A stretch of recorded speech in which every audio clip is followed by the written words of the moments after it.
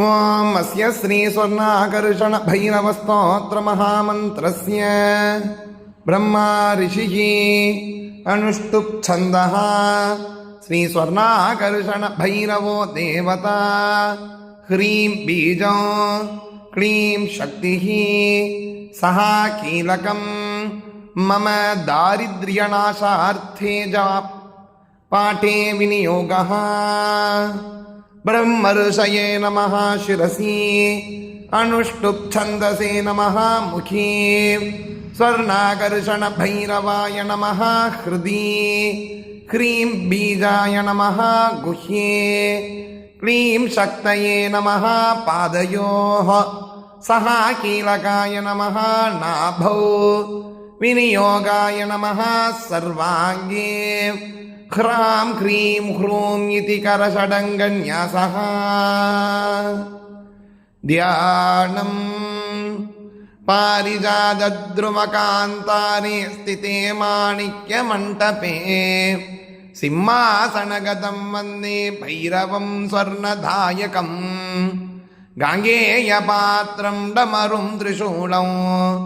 वरं करः सन्ददतं त्रिनेत्रम् देव्यायुतं दत्तसुवर्णवर्ण स्वर्णाकर्षण भैरवमाश्रयामि ॐ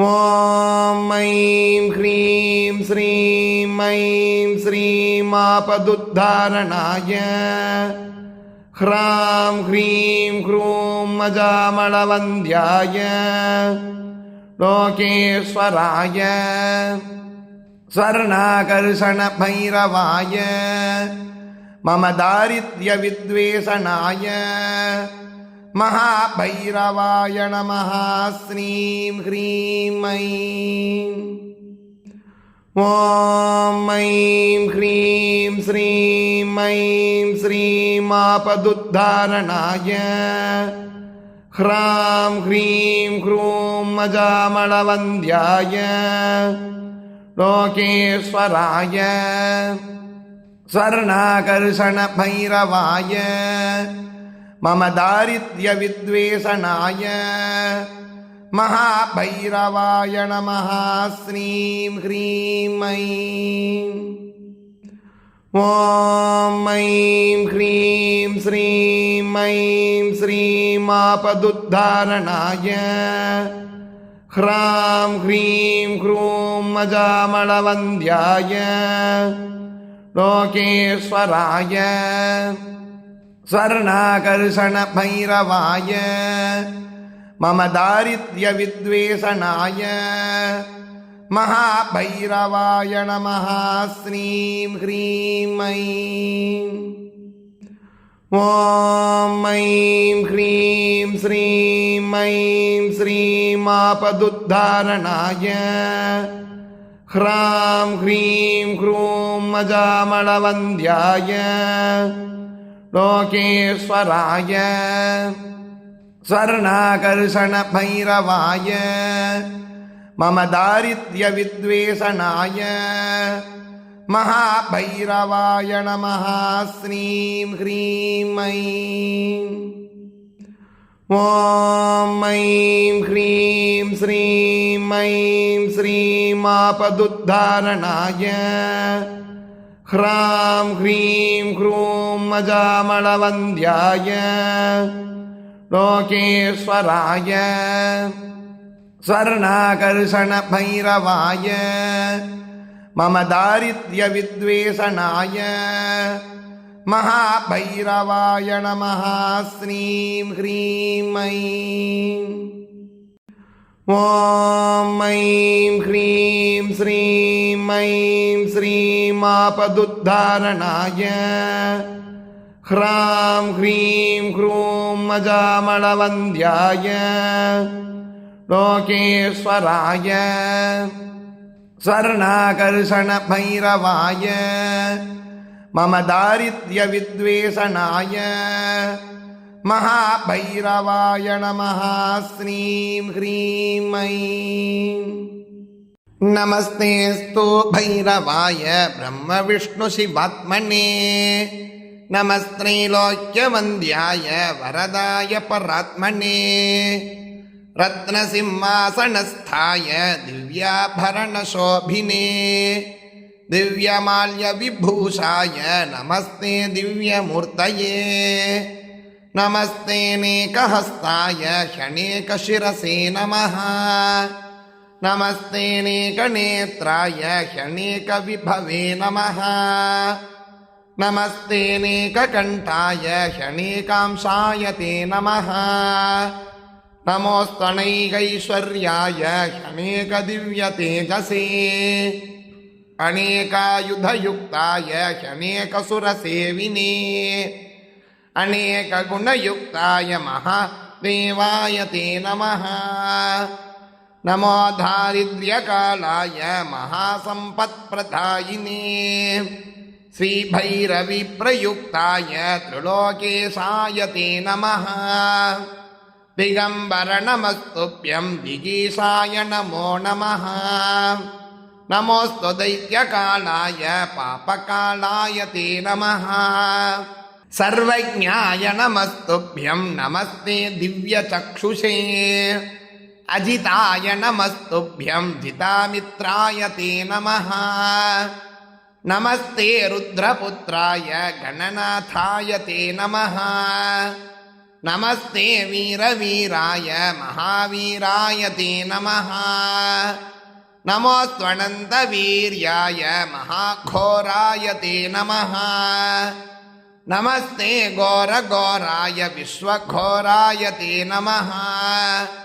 नम उग्राय शान्ताय भक्तेभ्यः शान्तिदायिने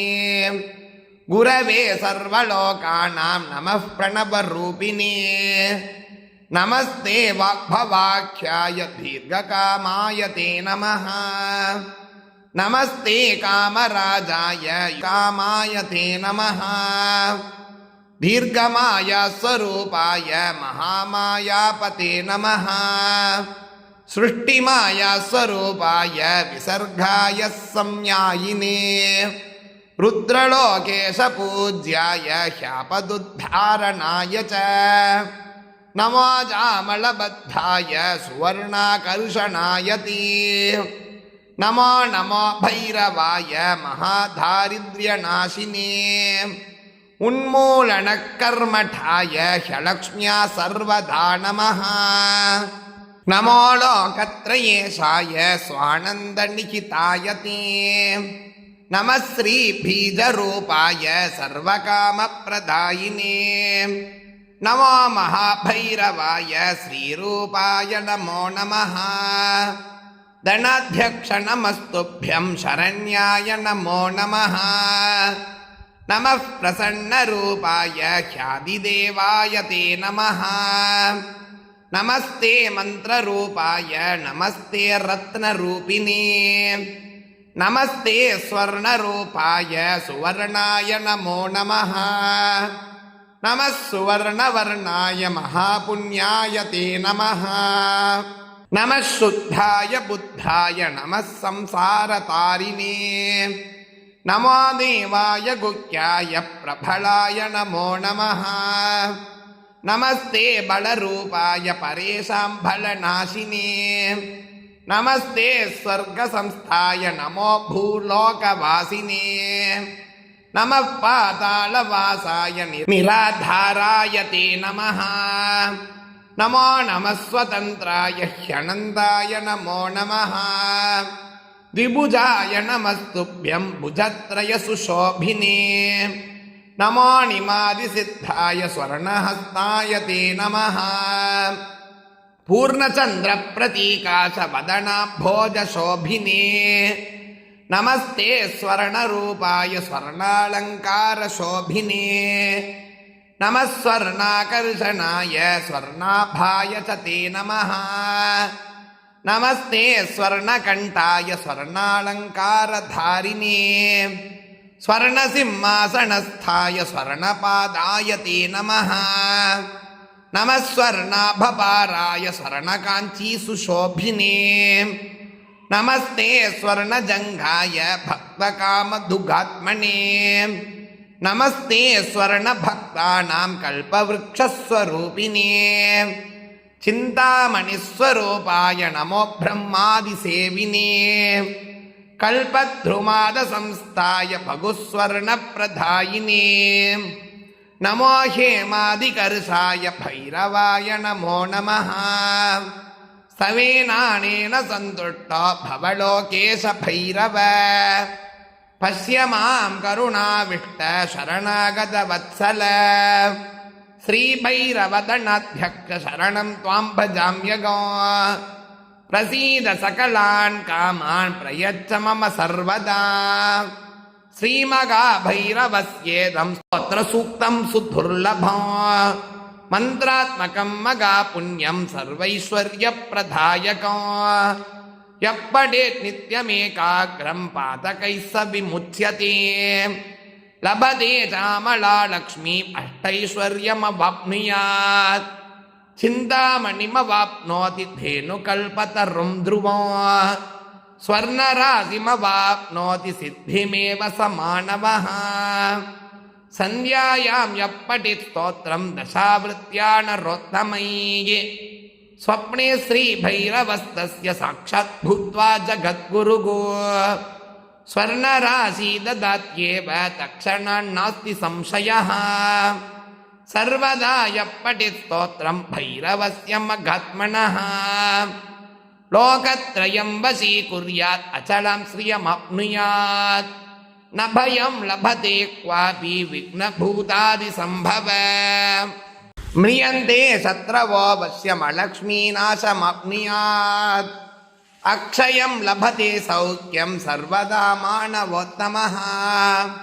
अष्टपञ्चाशतानड्यो मन्त्रराजः प्रकीर्तितः दारिद्र्यदुःखशमनं स्वर्णाकर्षणकारकः ययेन सञ्जपेत् धीमा स्तोत्रं वा प्रपठेत् सदा